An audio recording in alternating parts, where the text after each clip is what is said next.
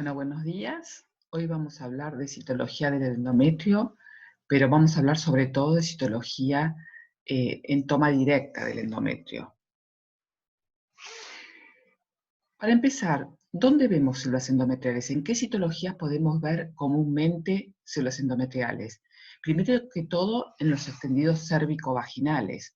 Recuerden que hasta el día 10, el éxodo normal de la menstruación, digamos, o de las células que han menstruado, pueden verse en los extendidos cérvico-vaginales como células en general degeneradas, porque están ya viejas, digamos, se pueden ver y se ven sobre todo en forma de bolas, y eso no es anormal.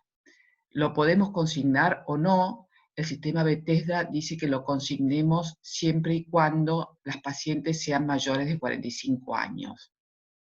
En extendidos endocervicales, también por la caída dentro del canal endocervical o también porque el cepillo del operador subió un poquito más arriba y tomó células del istmo o del mismo endometrio, y lo que yo les comentaba antes, toma directa de la cavidad endometrial.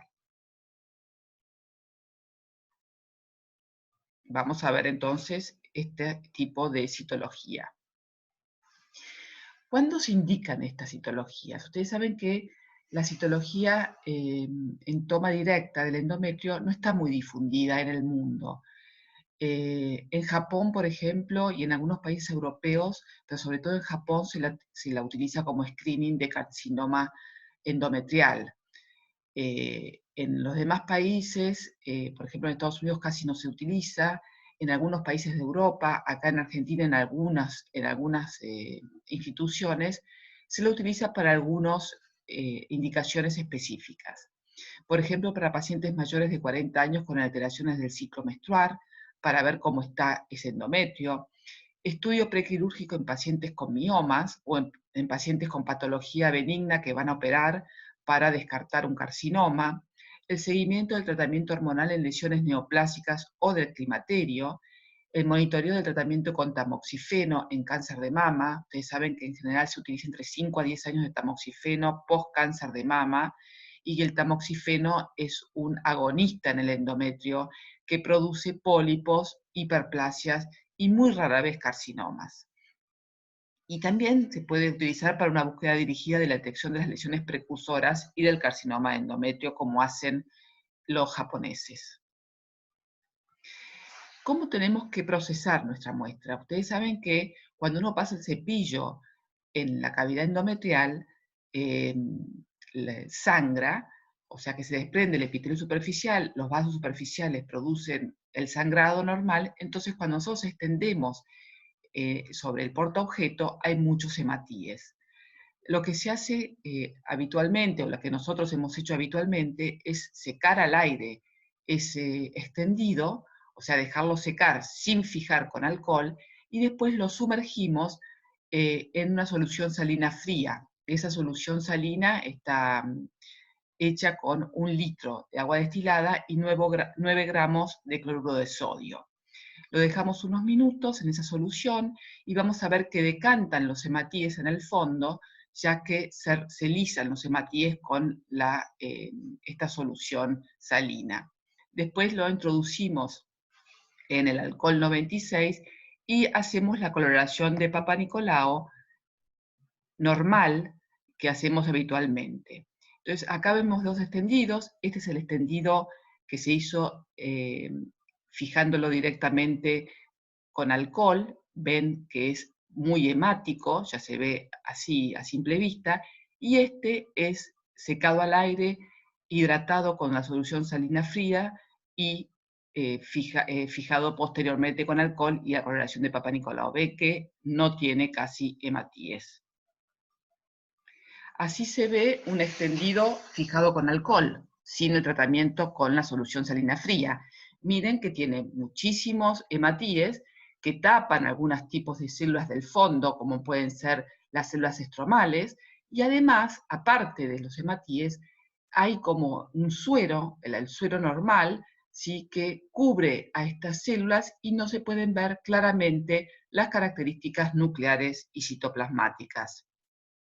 En cambio, miren la diferencia cuando hay lisis de glóbulos rojos, si bien en el fondo quedan algunos glóbulos rojos, la citología nuclear y citoplasmática se pueden observar bien en estos extendidos.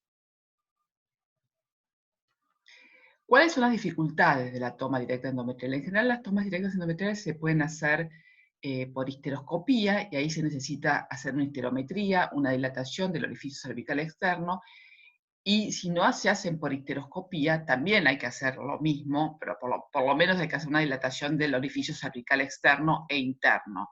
O sea que uno necesita mayor entrenamiento y trabajo. Por eso, clásicamente, se dice que no es un método útil para screening, como lo es el extendido exocervical, que uno fácilmente llega al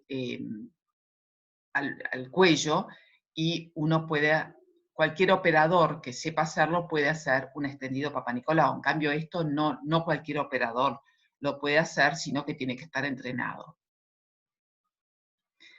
Bueno, si nosotros vamos a ver un extendido endometrial en toma directa, tenemos que seguir un orden para ver todos los elementos que componen este extendido, porque uno en general lo que hace es ir directamente a las células epiteliales, pero hay muchas cosas más, muchos elementos más que nos ayudan a hacer algunos diagnósticos.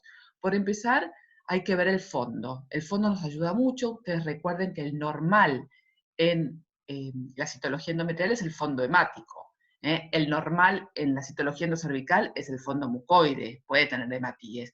El normal, digamos, en la citología exocervical es tener algunos polimorfonucleares. Bueno, acá el fondo normal en el endometrio es el fondo hemático. O sea, ver hematíes no es una patología, no nos hace pensar en alguna patología. En cambio, ver hematíes en una citología exocervical ya nos da un signo de alarma. El fondo leucocitario es patológico en la citología endometrial. ¿Cuándo lo encontramos a los polimorfonucleares en el fondo en un extendido de citología endometrial? En dos eventualidades. En una piometría, o sea, una endometritis aguda del endometrio, podemos encontrar fondos leucocitarios, o en un carcinoma. O sea que es un signo de alarma citológica. El fondo sucio, otro signo de alarma citológica, que está producido por detritus y necrosis de los tumores, como se ve cualquier fondo en cualquier tumor del cuerpo humano. Y también el fondo acuoso, mucoide o granular, que son fondos también producidos por carcinomas de distintos tipos. Después podemos ver células epiteliales, vamos a ir a las epiteliales, que en general se ven como planchas con rebordes bien definidos. Los bordes son lisos, los núcleos son monomorfos y están equidistantes unos de otros, pero recuerden que la citología es tridimensional, o sea que alguna superposición nuclear se va a ver porque nosotros no estamos haciendo un corte, sino que vemos toda la célula, y en general puede haber una célula adelante y una atrás. Y el citoplasma es variable de acuerdo al momento del ciclo que está. Va a tener menos citoplasma en la etapa proliferativa y más citoplasma en la etapa secretora. Después las células estromales, que pueden estar sueltas o en fragmentos tisulares, y pueden también estar unidas a las células epiteliales, y en general son células que son más alargadas y pueden tener un reborde deflecado. Y otros elementos que podemos encontrar, que ya vamos a hablar, son los macrófagos, y hay que tener cuidado un poquito, y un signo de alarma citológica son los histocitos espumosos, linfocitos, vasos sanguíneos, etc. Esto es un extendido de una citología endometrial en toma directa, y nosotros vemos en el centro un grupo de células epiteliales endometrales con algunas células estromales, ven, que quieren descamar de este grupo, pero en este aumento ya lo que podemos ver es el borde bien liso, hay un reborde epitelial, ¿sí? Como que hay una barrera de células epiteliales, y vamos a ver a más aumento, miren, los núcleos son equidistantes, hay escaso citoplasma, y estos núcleos no tienen atipia citológica. Acá se ve bien el reborde epitelial y los bordes lisos. Esto es un grupo de células epiteliales y algunas estromales. Ven, acá hay estromal, acá es estromal, este es estromal, de un colgajo de células endometriales totalmente normal. Miren el fondo, si bien hay hematíes, ¿ven? Que hay hematíes, es muy limpio y se ve bien las características nucleares y citoplasmáticas. Esto es un grupo de células estromales, algunas están aisladas y otras en este grupo, pero ven que los núcleos son más alargados y los citoplasmas son más pálidos. Acá de vuelta, miren estos núcleos alargados y estos colgajos que son como deflecados, ¿sí? No son lisos como son los de las células epiteliales. Miremos este fondo, como ya les dije que el fondo leucocitario es un fondo patológico, así se ve en la citología. Acá hay un grupo de células epiteliales y miren todos los polimorfos nucleares que hay en este fondo. Esto no es normal y cuando uno lo ve, como yo les dije anteriormente, puede ser debido a que haya una piometra o que haya un carcinoma. Acá esto es una piometra, ven en el estroma endometrial numerosos polimorfonucleares. Hablemos un poquito del tamoxifeno. En un momento se ha utilizado muchísimo la citología endometrial para seguir cómo evolucionaba el endometrio en las pacientes que tomaban tamoxifeno. Recuerden que el tamoxifeno es un antiestrógeno, se lo da a las pacientes cuyos cánceres de mama son positivos con los receptores de estrógeno, se los da como antiestrógeno, pero a nivel del endometrio es un agonista estrogénico y en general produce pólipos, puede producir hiperplasia y raramente carcinomas. Cuando produce carcinomas, en general son carcinomas de bajo grado. Lo que vemos en general en estos extendidos son fondos hemáticos y un abundante material que en general son benignas, o sea que los colgajos son de bordes lisos y pueden ser epiteliales y estromales, pero puede llegar a tener alguna atipia citológica o los núcleos no ser tan homogéneos, sino ser más irregulares, y pueden dar núcleo prominente debido a que el estímulo del endometrio por parte de esta droga producen en general células metaplásicas. Y las células metaplásicas a veces nos hacen pensar en que puede ser un carcinoma. Acá les muestro, por ejemplo, este es un grupo de células estromales y algunas epiteliales, tienen borde liso, pero tiene algunas alteraciones, o sea, un poquito más de macrocariosis y hipercromasia.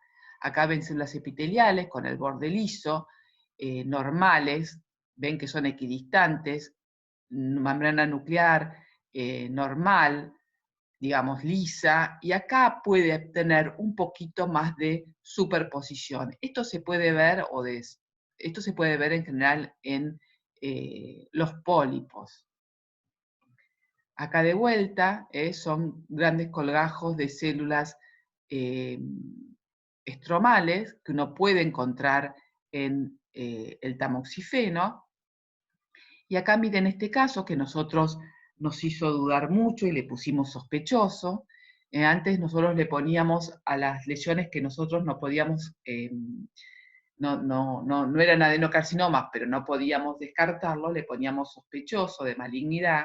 Ahora se pone atipia de células glandulares, ¿no? Pero en ese momento, como es un caso viejo, le pusimos sospechoso. Y se los muestro porque miren, los núcleos son bastante más grandes, hay algunos nucleolos, como pueden ver acá, y los bordes no son lisos, miren este grupo, la verdad que esta citología nos asustó mucho, pero después en la histología vimos que era un pólipo con abundantes metaplasias. Bueno, pasemos a los pólipos ahora. Ustedes saben que los pólipos del endometrio es la patología más frecuente que recibimos en los consultorios de patología. Así que son muy, muy frecuentes y se pueden hacer extendidos de estos pólipos. En general son extendidos muy celulares, pero tienen fondo limpio. Tienen diferentes tipos de células epiteliales porque muchas veces los pólipos tienen metaplasias y una de las metaplasias que más tienen los pólipos es la salpingioide, que como ya les habrá dicho la doctora Díaz, es una causa muy frecuente de falsos positivos de la citología. Así que, bueno, tenemos que tener cuidado, aparte de otro tipo de metaplasias como ser la escamosa y la mucinosa. Este es un extendido de un pólipo y acá vemos un colgajo de células epiteliales que es bastante liso, les diría que los bordes son bien lisos y la verdad que las células son bastante monomorfas, equidistantes, pero vemos acá una más grande, acá otra más grande, acá quiere formar una luz, acá quiere formar otra luz, o sea que con esto no vamos a decir ni ACG, pero bueno, son diferentes alteraciones que presentan y que tenemos que estar atentos. Acá de vuelta, ¿ven? Bordes bien lisos, el reborde epitelial característico de los grupos benignos, acá quiere formar una luz, y hay una ligerísima alteración nuclear.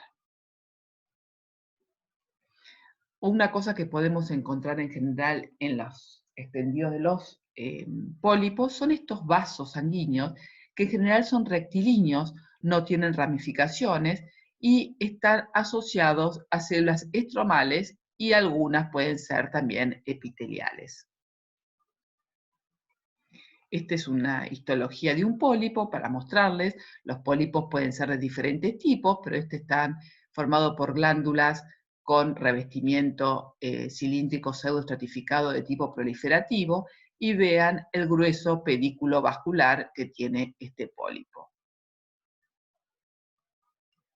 Las hiperplasias endometriales, que por supuesto no se hace diagnóstico por citología.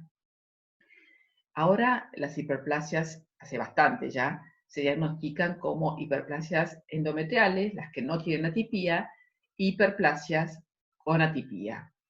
Las hiperplasias endometriales son casi imposibles de hacer diagnóstico por citología, porque es un diagnóstico histoarquitectural, pero la citología, lo que nos muestra, si uno ve la citología después de hacer el diagnóstico en la histología, o sea, una correlación citohistológica, es abundante grupos de células epiteliales y estromales. O sea, uno cuando mira la citología dice, uy, qué cantidad de material que tiene esta citología, raramente lo tiene un endometrio proliferativo o secretor. Y entonces uno puede pensar que es una hiperplasia sin atipía. Y las hiperplasias atípicas son muy difíciles de hacer diagnóstico entre hiperplasia atípica y adenocarcinoma.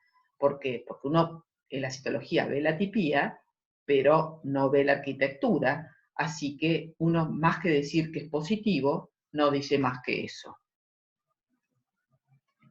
Esta es una hiperplasia endometrial sin atipía en disgregación, una histología. ¿Por qué les muestro esto? Para que vean que en este caso se ven como ustedes saben, las glándulas totalmente sueltas y estas conglomerados de células estromales que se llaman blue balls, que es característico de la disgregación de una hiperplasia endometrial.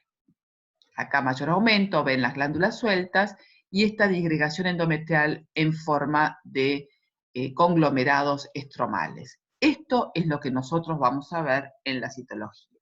¿Ven? La citología tiene grupos de células epiteliales y grandes grupos de células estromales que también se ven como blue balls, acá, verán, acá, acá, ¿sí? que es característico si uno hace la correlación citohistológica. Acá miren este grupo de células estromales, miren acá más, estas son las células epiteliales, si uno las ve son células que están bien equidistantes, son monomorfas, las membranas nucleares son lisas, los bordes son lisos. Así que es un grupo de células epiteliales totalmente normal. Recuerden que las hiperplasias endometriales también pueden tener metaplasias, o sea que puede haber alguna alteración nuclear. Acá para que vean de vuelta estos grandes grupos de las células estromales que se aprietan y forman estas características bolas azules. Bueno, y ahora pasemos a los carcinomas. Esta es la nueva clasificación de los tumores epiteliales del endometrio. Los carcinomas endometrioides los dividen de acuerdo a la biología molecular. Después está el carcinoma seroso, el de células claras, el indiferenciado, el mixto, el mesonéfrico, el de células escamosas, el mucinoso de tipo intestinal, el símil mesonéfrico y el carcinosarcoma. Ustedes saben que nosotros nos basamos mucho en la clasificación dual del carcinoma de endometrio, que ustedes ya conocen. Hay dos tipos de carcinomas de endometrio. Uno es el tipo más frecuente, que es el tipo 1, que en general es en pacientes más jóvenes, que en general podemos ver en el endometrio adyacente una hiperplasia, tiene un grado histológico bajo, infiltra poco el miometrio, es el grupo de los carcinomas endometrioides. Los receptores son frecuentemente positivos, tienen un muy buen pronóstico y las alteraciones genéticas están basadas en el PTEN, la inestabilidad microsatelital y la beta-catenina. En cambio, los de tipo 2, que son los menos frecuentes, por suerte, se dan en pacientes mucho más grandes, no tiene presencia de hiperplasia, o sea que el endometrio que vamos a encontrar al lado es un endometrio de tipo atrófico, no está estimulado por los estrógenos, los grados histológicos son altos, hay una invasión miometral llega hasta la mitad externa o hasta la serosa. El tipo histológico más frecuente es el seroso, tienen un mal pronóstico y la alteración genética más importante es la mutación de la P53. Esto para que vean una histeroscopía donde ya vemos en el fondo una masa, y la característica de esta masa en la histeroscopía son estos vasos, ¿ven? Que son vasos bien deformados, angulados, con rotaciones. Y microscópicamente este grupo de células epiteliales, si ustedes se acuerdan de las primeras que yo les mostré, son bastante diferentes. Si bien acá el borde es liso, no tiene el reborde epitelial, y acá el borde no es tan liso, y hay una marcada superposición e hipercromasia nuclear. Acá de vuelta, donde vemos las células que hay mucha superposición nuclear, si uno compara un núcleo con el otro, son bastante diferentes, si bien no hay mucha tipidez citológica, porque seguramente este es un carcinoma endometrioide bien diferenciado, moderadamente diferenciado, vemos que los bordes no son lisos, y no a expensas de, por ejemplo, esta célula estromal, sino a expensas de estas células que son epiteliales, que quieren soltarse. Esto es característico de un carcinoma endometrioide de bajo grado. Acá hay otro grupo, ¿ven? Que hay mucha superposición nuclear. Los núcleos, si uno los ve, tienen diferentes tamaños, son hipercromáticos, los bordes no son lisos. Si bien estas son células estromales, hay células epiteliales también en estos bordes.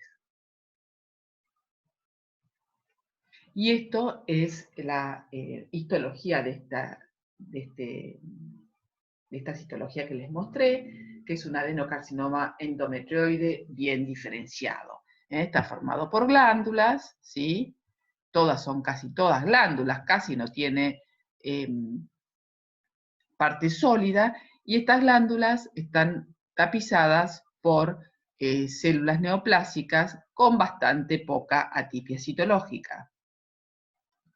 Acá para ver de vuelta, miren estos grupos de células epiteliales, miren los núcleos, son bien diferentes, hipercromasia, membranas nucleares con escotaduras. Acá quiere formar una glándula, miren en este lado, los bordes no son lisos, y no es a expensas que no son lisos de las células estromales, sino de las células epiteliales, pues esta es una célula epitelial, esta es una célula epitelial, esto también, acá también. Así que esto es bien característico de los carcinomas endometrioides de bajo grado. Acá podemos ver otro carcinoma endometrioide con un patrón papilar.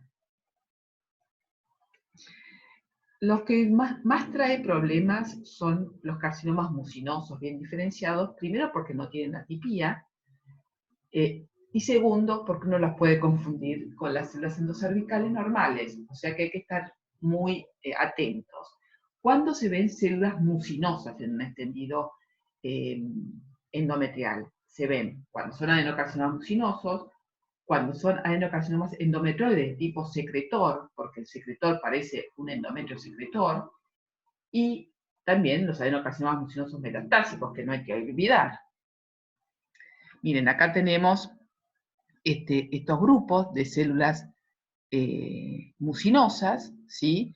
Que nosotros en un momento pensamos que podían ser células endocervicales, que no habían llegado a la cavidad, pero tienen un fondo hemático que es característico del endometrio y no así del endocervix, y solamente se veían estas células, no había otro tipo de células, digamos, que en general nosotros en un extendido endocervical, aparte de las células endocervicales, podemos ver células escamosas, metaplásicas, etc. Miren, esta era la histología, miren qué bajo es la atipía, casi no tiene atipía, así que es muy difícil hacer diagnóstico en estos extendidos. Acá de vuelta, a mayor aumento, el mismo para que vean la correlación citohistológica.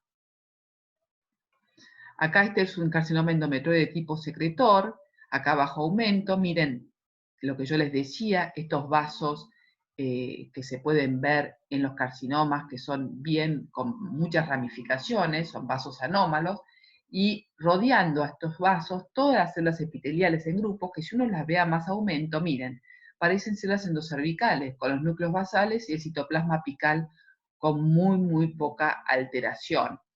Y estas son la histología, ven que casi no tiene atipía y parece un endometrio de tipo secretor. Acá mayor aumento para que vean la citología, miren los núcleos basales, los citoplasmas amplios apicales que parecen células endocervicales normales. ¿Sí? Acá la histología que es igual, ven que no tiene atipía citológica. Acá hay otro adenocarcinoma mucinoso, miren, también núcleos basales con escasa atipía citológica y abundante citoplasma mucinoso. Este era un adenocarcinoma mucinoso también muy bien diferenciado. Este es otro. Acá ya tienen un poco más de nucleolo y las células tienen unas alteraciones un poquitito, si uno las ve a más aumento, pero si uno ve, hace el patrón en panal de abeja como hacen las mucinosas normales, así que si uno no está muy atento pueden pensar que son células endocervicales un poco reactivas. Miren miren la citología la histología no tiene atipía, y miren la citología, hace un patrón en panal de abeja con nucleolo, pero el nucleolo se puede ver perfectamente en las células endocervicales normales, así que estas citologías son muy difíciles de hacer diagnóstico. En cambio, en los adenocarcinomas de alto grado, En general, los fondos pueden ser hemáticos, inflamatorios y siempre tienen diátesis tumoral, tienen gran celularidad con colgajos tridimensionales con marcada atipia citológico y pueden tener nucleolos grandes y únicos. Así se ven, tiene un fondo necrótico con esta suciedad que es característico de los carcinomas de alto grado, tienen estos grupos de células que ya este aumento ven que son de diferentes tamaños, con nucleolo evidente, gran alteración nuclear. Miren a mayor aumento, si bien acá el borde es liso, acá no, y miren estas células, si uno compara la tipía citológica, nucleolo evidente, hipercromasia nuclear, es bien característico de los carcinomas de alto grado. O sea, acá no van a tener ningún problema. Uno lo ve y se da cuenta que es un carcinoma. Miren este aumento, la alteración nuclear, núcleos grandes, hipercromáticos, nucleolos evidentes, la cromatina en disposición bien gruesa. Miren, acá tienen bien perinuclear la cromatina y estas monstruosidades celulares con amoldamiento nuclear entre núcleo y núcleo es bien característico de los carcinomas de alto grado. Acá otra vez, acá más a mayor aumento, vean los nucleolos evidentes, amoldamiento nuclear, ¿sí? Monstruosidades nucleares. Acá también, y acá pueden formar estructuras papilares o que nos remedan estructuras papilares y glandulares. Recuerden que antes el carcinoma seroso se lo llamaba carcinoma seroso papilar, se lo dejó de denominar así porque ahora se ve que puede formar glándulas y puede estar en forma sólida. Acá miren las alteraciones, estas vacuolas que podemos encontrar en los carcinomas serosos, son bien características, pero miren la gran diferencia nuclear y la hipercromasia. Uno no tiene dudas de que este es un carcinoma de alto grado. Acá mayor aumento, para que vean otra imagen. Esto ustedes no van a tener inconvenientes de hacer diagnóstico. Otra imagen de otro carcinoma seroso de alto grado. Miren este núcleo, con este núcleo evidente, miren los núcleos de este colgajo epitelial, miren, no son los bordes, no son lisos, y la diferencia entre núcleo y otro, monstruosidades nucleares, hipercromasia, amoldamiento nuclear, miren estas células como amoldan, es característico de estos tumores de alto grado. Esta histología, miren la celularidad, la tipía citológica, las monstruosidades son exactamente iguales a las que les mostré en la citología. Cuando uno hace la correlación, uno ve que la citología es exactamente igual que la histología. Miren a mayor aumento, la misma que les mostré antes, esta es la histología del último colgajo de citología que les mostré. Miren los núcleos, varios nucleolos, núcleos monstruosos, grandes, hipercromasia nuclear, lo mismo que se veía en esa citología. Bueno, y para terminar, recordar que la citología endometrial en toma directa no está muy difundida. En algunos, acá en Argentina, se los hace en muy pocos lugares, que es muy importante la preservación celular para hacer diagnóstico. Es muy importante entonces que si uno recibe citología endometrial, le explique al ginecólogo que la toma, que lo deje secar al aire y que se lo mande así y que uno le va a hacer la rehidratación. Y no solo cuando uno ve un extendido es ver las células epiteliales y estromales, que uno en general hace eso cuando ve un extendido citológico, sino también ver el fondo y otros elementos citológicos que nos pueden ayudar a hacer los diagnósticos. Bueno, esto es algo muy básico de citología endometrial en toma directa, pero espero que les ayude si alguna vez tienen una de estas citologías. Buenas tardes.